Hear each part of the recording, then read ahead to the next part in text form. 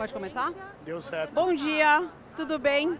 Eu sou a Manuela Alves, sou responsável por diversidade e inclusão na B3. Eu fiz movimento Primeiro que eu estudantil. estou muito feliz de estar aqui, porque o painel lotou, mas eu estou ainda mais feliz por estar Obrigado. inaugurando a Arena da B3 com um tema tão relevante que é a diversidade e inclusão. Então hoje, eu e o Renato vamos falar um pouco de diversidade e inclusão, Eu sou leonino. da evolução Tira a foto minha. dessa temática nas empresas, e a gente também vai lançar Valeu. o guia Eu pago Investimos em mico Equidade, eu Diversidade pago e mico Inclusão, fácil.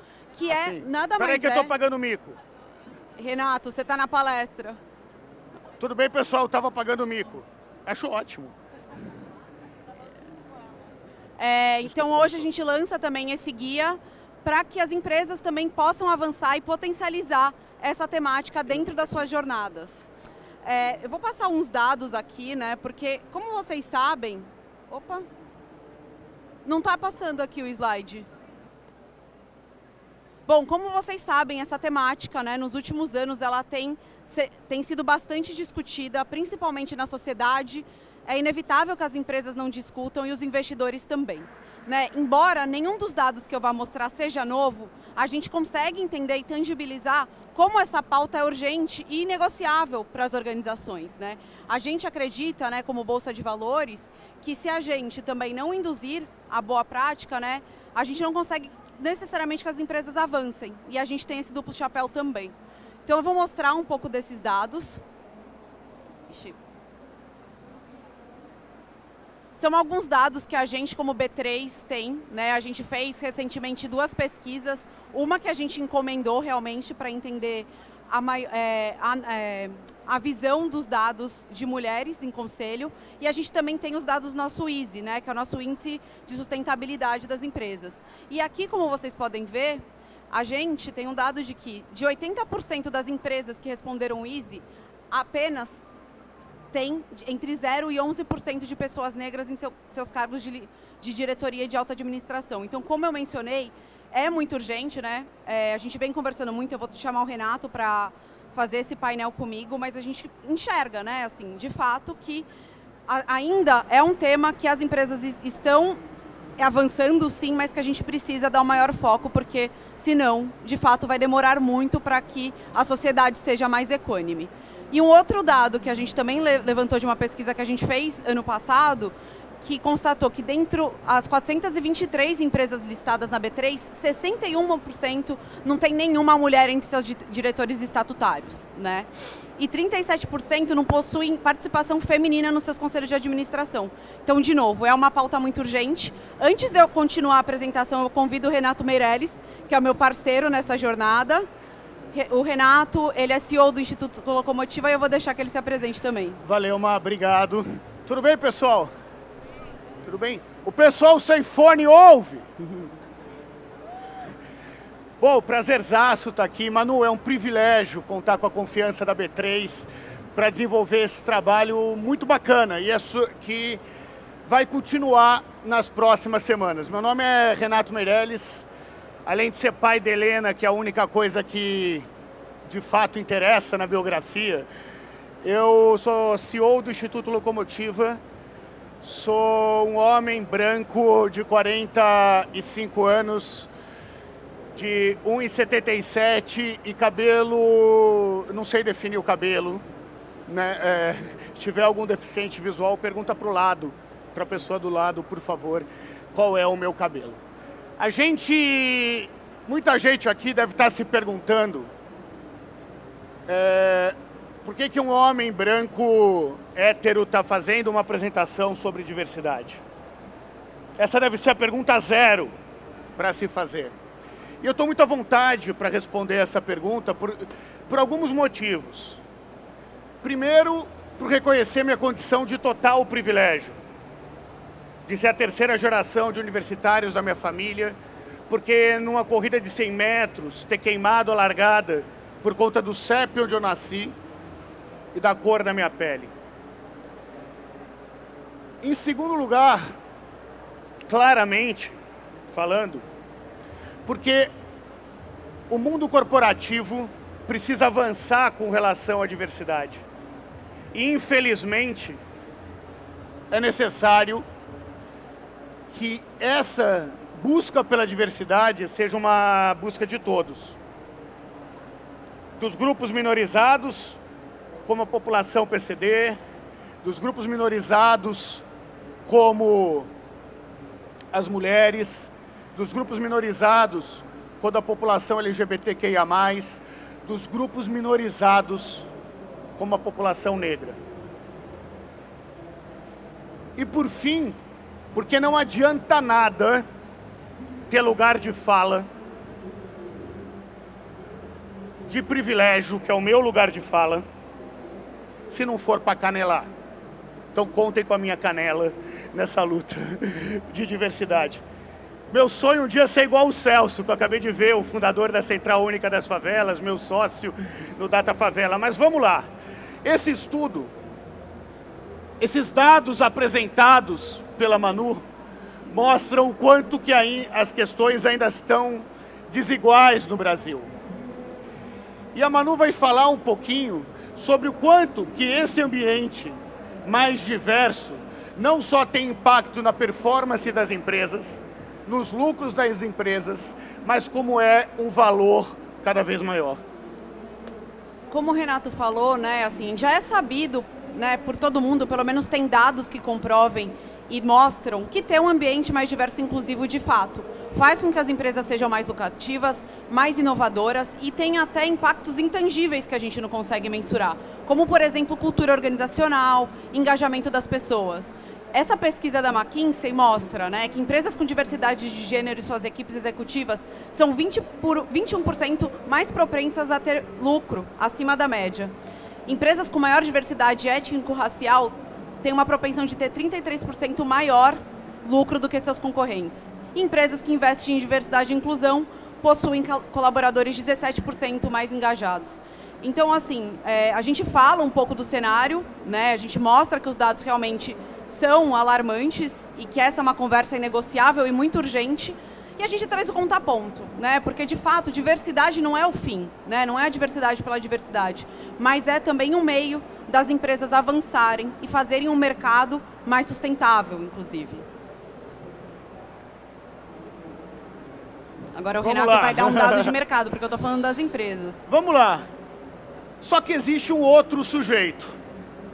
Um tal de consumidor que todo dia decide qual marca vai comprar, em qual rede de varejo ele vai depositar a sua confiança ou desconfiança. O que ele vai postar nas redes sociais. E o que a gente viu é que existe um gap gigantesco entre o que o consumidor espera das grandes empresas e o que ele enxerga que as empresas realmente fazem.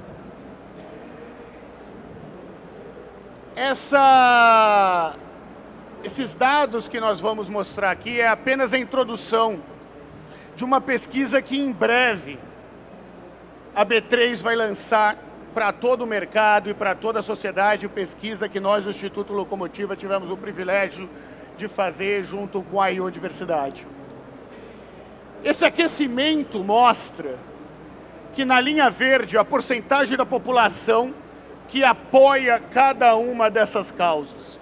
95% da população apoia a proteção dos idosos, 94% o direito de PCDs, a igualdade racial é apoiada por 90%, a luta contra a homofobia por 82% e a igualdade entre homens e mulheres por 79%.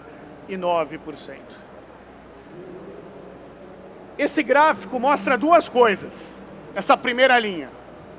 Em primeiro lugar, mostra que eu queria muito que os 5% se apresentassem, que os 9% se apresentassem, que os 10% se apresentassem, que os 8% se apresentassem e que os 21% se apresentassem. Porque, afinal de contas, estamos na terceira década do século XXI. Mas a situação mostra o tamanho do desafio.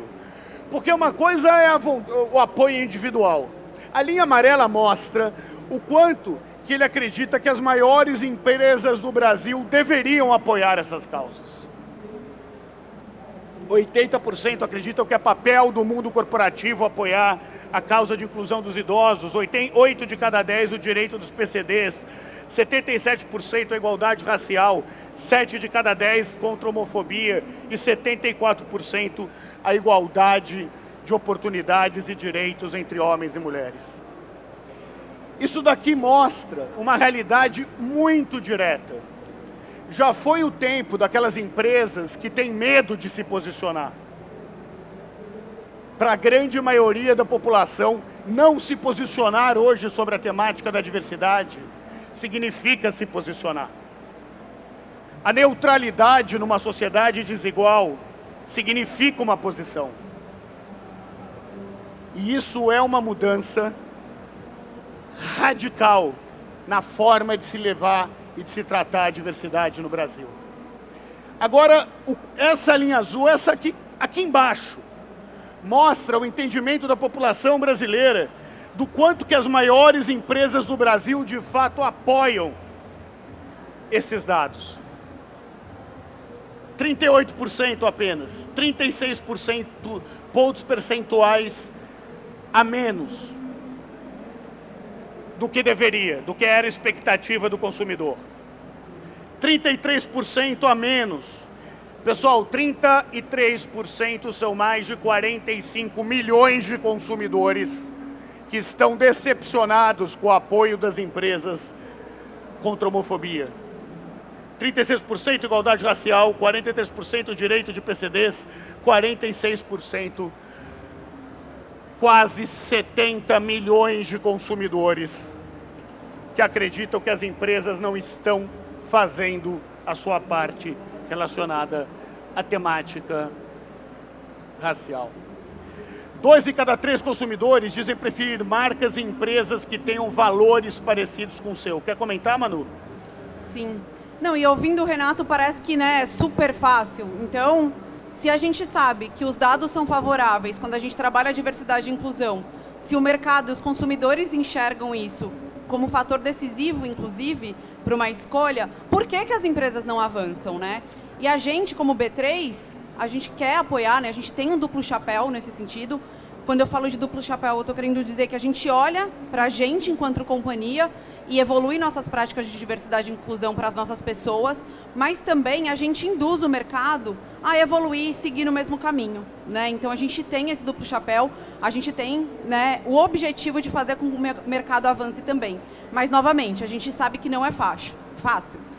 Em 2017, quando a B3 foi criada, a gente começou um movimento grande de transformação cultural. E quando a gente estava olhando qual que seria essa cultura da B3, a gente entendeu que diversidade era um dos principais valores. Não dá para você evoluir se você não olhar para a diversidade. E a gente começou a trabalhar intensamente, com muita consistência, diversidade e inclusão na B3. A gente já está colhendo alguns resultados, né? Alguns resultados que são consistentes. A gente sabe que ainda temos um caminho a percorrer, mas o que a gente quer é também compartilhar a nossa experiência, como a gente fez, para que as empresas avancem. A gente sabe que construir diversidade, inclusão, ampliar essa temática dentro das empresas não é tão trivial, né? Mas a gente também acredita que a partir do momento que a gente converse sobre isso, compartilhe práticas, o mercado absorve, evolui e a gente gera um impacto em toda a sociedade também. Valeu, Má. Hoje, os grupos minorizados são a ampla maioria dos consumidores. Guarda esse slide. Se nós formos juntar o consumo das mulheres, dos PCDs, da população LGBTQIA+, da população negra, formada pelos pretos e pelos pardos, juntos inclusive já com a zona de intersecção entre eles, os grupos podem ser minorizados, mas de cada R$100 consumidos no nosso país, R$72 são consumidos pelos grupos minorizados. E quando você olha esse número, a gente vê que aquele conceito de público qualificado, do cliente AAA, é completamente distante da realidade. Quem consome cerveja está dentro desse público. Quem viaja de avião está dentro desse público. Quem está presente nas fintechs, mas também nos bancos tradicionais, está dentro desse público. Quem viaja de avião, quem compra um cruzeiro, quem vai no supermercado, quem entra numa loja para comprar móveis. Portanto, se não for pela óbvia questão de ser um valor civilizatório a diversidade, que seja por inteligência. Nenhuma empresa irá crescer no mundo corporativo se não promover a diversidade, se não desenvolver produtos para a diversidade, se não contratar públicos diversos. E é isso que a B3 tem feito. É isso que a B3 quer induzir as empresas brasileiras. Nós jamais toparíamos essa parceria, e a Má sabe muito bem disso, sem a convicção que a B3 tem de passar a oferecer os caminhos para as empresas. E se elas não seguirem, Manu, como é que vocês costumam repetir? A gente fala, né, de novo, esse guia que a gente vai lançar hoje, ele tem como objetivo potencializar as jornadas de diversidade de cada empresa. A gente sabe que cada empresa está em um estágio de maturidade diferente, a gente espera, com esse guia, fazer com que elas avancem independente do seu estágio de maturidade.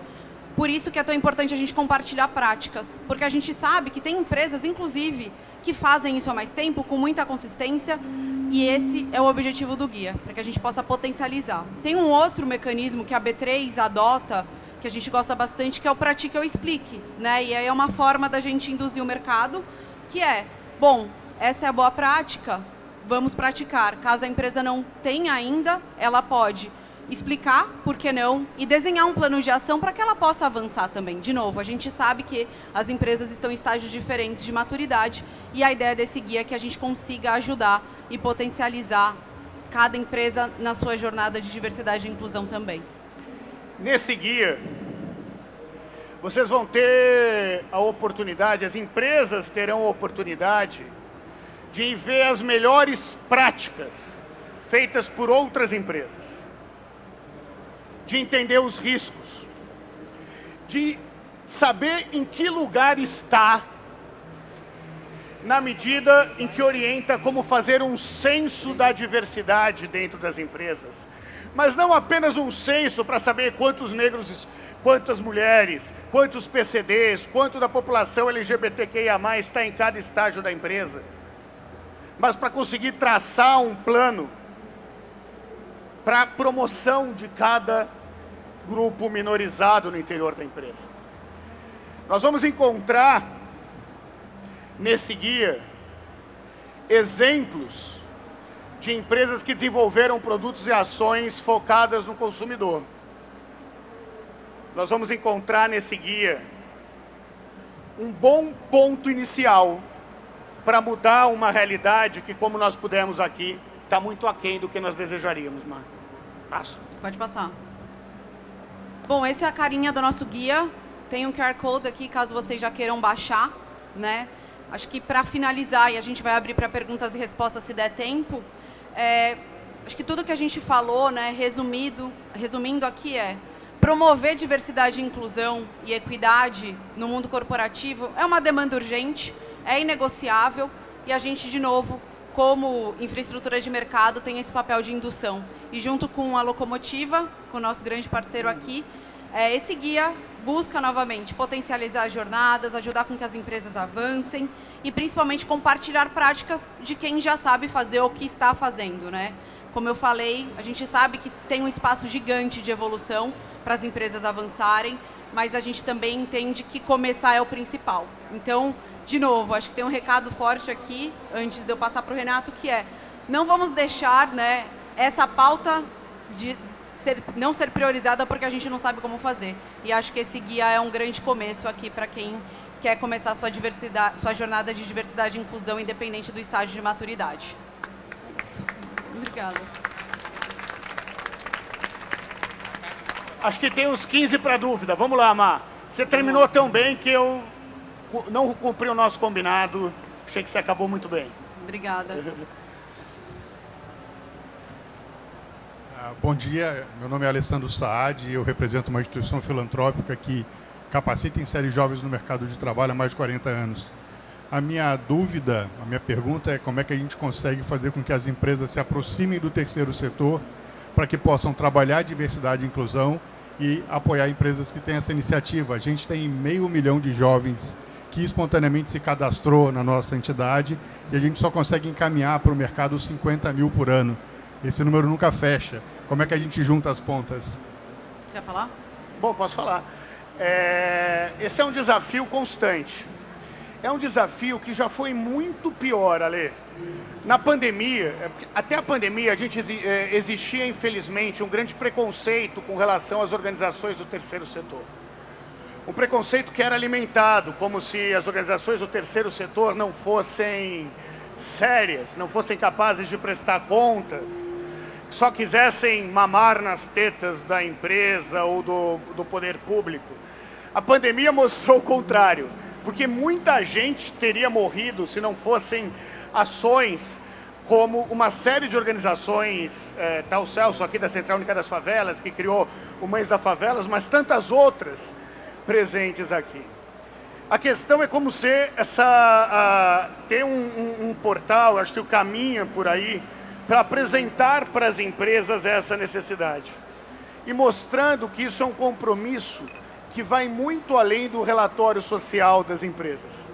A gente tem visto cada vez mais o mundo corporativo querer treinar profissionais de tecnologia para absorver esses profissionais, por exemplo, no mercado de trabalho. Parte do mercado remoto, do trabalho remoto, ajuda a inclusão de PCDs. Nós temos aí uma série de empresas com políticas claras e metas de inclusão racial. Estamos avançando. Não acho que é um desafio tranquilo, mas a civilização está começando a vencer a barbárie.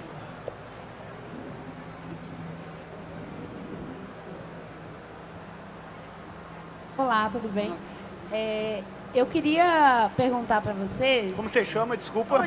Meu nome é Adla, eu sou Adla da TechVis, eu sou founder da startup TechVis. Eu queria falar com vocês sobre essa dificuldade que a gente tem, porque são muitos gradientes, muitas nuances, a forma como se começaram a ser tratados os temas no Brasil. A gente sai ali de temas que são envolvidos muito com a filantropia, para hoje a gente conseguir dados e mostrar e ver a importância realmente de retorno de investimento, né, nas áreas de diversidade, equidade e inclusão, ESG como um todo. Eu queria saber a opinião de vocês sobre como a gente consegue, no debate, no discurso, nos dados, como vocês pensam, o Instituto Locomotiva, acho que para tratar de dados, eu trabalho com dados também, assim, conseguir fazer entender, fazer ver esses resultados, de que não se trata de filantropia, não se trata de obrigações sociais, morais e éticas. Se trata de investimento assim como qualquer outro e a gente precisa disso e a gente precisa mostrar retorno. Queria saber como que vocês pensam nesse convencimento, nesse embate aí, como o mercado pode, de uma vez por todas, investir em diversidade, entendendo que isso é um investimento como qualquer outro. Sim. Bom, falando na minha experiência como B3 empresa, dados é o futuro de qualquer iniciativa, principalmente de diversidade e inclusão. Então, quando a gente olha para as boas práticas de mercado e para países que estão mais avançados do que o Brasil nessa temática, é via dados, né? Então, a gente, inclusive, quando a gente montou essa palestra, a gente podia falar de 1000 práticas aqui. A gente optou por falar por dados, porque a gente, de fato, entende que tem um impacto. Claro que tem um dever, né, como você falou, mas tem um impacto que é muito maior, não só na população e na sociedade como um todo, mas também nos resultados das empresas também. Bom, só complementando a Má, assino embaixo o que ela escreveu. Acho que a construção de modelos de parceria pode ampliar as ações. Já faz alguns anos, ainda bem, que uma série de entidades passam a exigir publicamente o compromisso das empresas. O Fale ou Explique também, eu faço o Explique da Bovespa, que para mim é o melhor slogan possível. Meu amigo, tá aqui, ó. Se você não fizer, explica, porque você será cobrado por isso. Por isso, não baixem isso apenas para consumo pessoal. Divulguem, publiquem no site de vocês, nas redes sociais de vocês. Façam chegar no maior número possível de pessoas. Agora existe um outro lado, que é o lado da parceria. Entendendo que isso é um valor civilizatório, que toda a sociedade ganha diminuindo a desigualdade. E a desigualdade no Brasil tem gênero, a desigualdade no Brasil tem cor, a desigualdade no Brasil tem orientação. É disso que nós estamos falando. Então as empresas começam a entender tudo isso. As empresas listadas começam a entender tudo isso. E o fato da B3 ter uma iniciativa como essa e estar aqui provocando isso e usando o que nós chamamos de privilégio branco a serviço dessa causa pode ser um indutor importante para isso. Super obrigado pela pergunta. E sabe uma outra coisa que eu lembrei? Que é uma prática que vocês vão ver no guia quando vocês baixarem, que a gente tem na B3 e que outras empresas usam. A gente tem meta ligada, né, ao PLR, ao bônus das pessoas. Então, todo mundo na B3, né, do assistente até o nosso CEO, tem uma meta conectada à diversidade e inclusão para que a gente aumente a representatividade de públicos subrepresentados. Então, medir, né, não é só expor o dado, mas medir e acompanhar também faz todo sentido quando a gente fala nos avanços de diversidade, equidade e inclusão. Não dá mais tempo para falar, eu não sou racista, a moça que trabalha na minha casa é da família. Infelizmente, tem muito lugar que fala isso. Tem uma história, Manu, não sei se eu já te contei, de uma empresa, cliente nossa na Iodiversidade, na Locomotiva, que promoveu o primeiro gerente sênior. E aí, e tinha uma sala especial para os gerentes sêniores, Mar. Primeiro gerente sênior negro. Quando ele entrou na sala, o chefe dos gerentes sêniores, o diretor, falou: bem-vindo à Casa Grande. Foi essa cara que eu fiz quando eles me contaram. Tem que mudar. E vai mudar com pressão e vai mudar com parceria. Alô? Mais alguma pergunta, pessoal? Alô, tudo bom? Sou Túlio, da Inexplorato. Primeiro, para parabenizar pelo lançamento do guia, muito bom. A pergunta que eu queria fazer, eu queria saber a percepção de vocês. Nos últimos tempos, nos últimos meses, a gente tem tido um grande backlash nas empresas, inclusive de fora, com demissões de lideranças vinculadas à diversidade e inclusão. Né? E, vamos promover, mas começaram a se demitir muitas pessoas. Em que medida vocês acham que o guia pode ajudar a gente, dentro do Brasil, fomentar uma discussão para que não seja só uma onda, para que não seja só uma coisa da moda, mas que de fato me estruture decisões de negócio, enfim, a médio, longo e longuíssimo prazo? Obrigado. Boa pergunta, Túlio. Bom, acho que diversidade, equidade e inclusão, como muitas práticas de pessoas, de recursos humanos, elas precisam ter consistência, né? Então, o que a gente quis fazer com o guia foi realmente pegar empresas que já tinham resultados, né? Que já tinham comprovadamente evoluído nessa jornada e conseguiam dar um tipo de consistência, né? Eu acredito que, de novo, com dados, acompanhando, monitorando, conectando, inclusive, metas, a gente consegue mensurar isso, porque é importante a gente acompanhar os dados das empresas, né? E quando a gente fala, por exemplo, de empresas de capital aberto, por exemplo, tem dados públicos, né, da composição das empresas. Então, eu acho que tem sim uma responsabilidade da empresa, dela querer fazer estrategicamente isso, ser consistente, né, e bancar essa decisão e não ser alguma coisa só para fazer. Mas eu acho que também tem um papel da gente acompanhar e cobrar se a evolução está acontecendo, se aquela promessa, de fato, ela é verdadeira. Então, acho que essa é um pouco da minha percepção, mas eu acredito que o guia ajuda a gente olhar com consistência, porque não adianta só fazer e não acompanhar. A gente, sabe, a gente tem lição aprendida também, né? Não é tudo que a gente vai fazer perfeito, né? E aí eu estou falando aqui como diversidade da B3, mas a gente precisa acompanhar e saber se está dando certo. E se não está dando certo, a gente tem que entender por quê e recalcular a rota, né? Então, acho que também tem um pouco disso. Tem uma outra coisa que a gente fala na B3 e que a Ana, que é a nossa VP de pessoas, pede muito pra gente, é assim, gente, vamos fazer com consistência, vamos fazer por um período e aí a gente começa a falar sobre isso, né? Porque, assim, tem que ter resultado.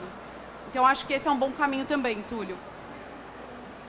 Completando, Túlio, além de concordar com a Mar, para variar, Eu tenho um grande amigo que chama Preto Zezé. Ele usa um termo que eu resolvi adotar para mim, que se chama constrangimento pedagógico. Constrangimento pedagógico costuma funcionar. A gente quer dado, não só para medir e fazer as estratégias. Os dados deixam explícitos qualquer downgrade no processo de inclusão. E se você publica esses dados, você vai ter que explicar qualquer queda feita por esses dados. Fora isso, a Manu apresentou muito bem alguns dados da Harvard Business Review, em que mostram que empresas mais diversas têm desempenhos melhores. Mas vocês sabem por que isso? O Fórum Econômico Mundial apontou quais são os skills necessários para os CEOs e para os empreendedores de startups no século XXI. Sabe quais são esses skills? A capacidade de trabalhar em grupo. A capacidade de sair de condições difíceis. A criatividade. A capacidade de lidar com o diferente. Meu amigo, quem cresce na periferia, cresce sabendo esses skills. E é muito mais fácil ensinar inglês para quem não nasceu e cresceu com esses skills do que ensinar para quem não teve esse tipo de aprendizagem, que foi a fórceps, sim, foi pela desigualdade, sim, mas que hoje são as skills que não eu, mas o Fórum Econômico Mundial desenha para os dirigentes do presente e do futuro. Pessoal, obrigada. A gente vai estar aqui também um pouco. Fiquem à vontade para nos procurar, para a gente conversar. E, de novo, baixem o guia, tem bastante coisa lá. A gente está super à disposição para falar para vocês. E eu peço uma última coisa, nos avaliem aqui, que tem um QR Code do NPS da palestra. Obrigada. Pessoal, a gente é legal, nos avaliem, por favor. Obrigado, pessoal, valeu.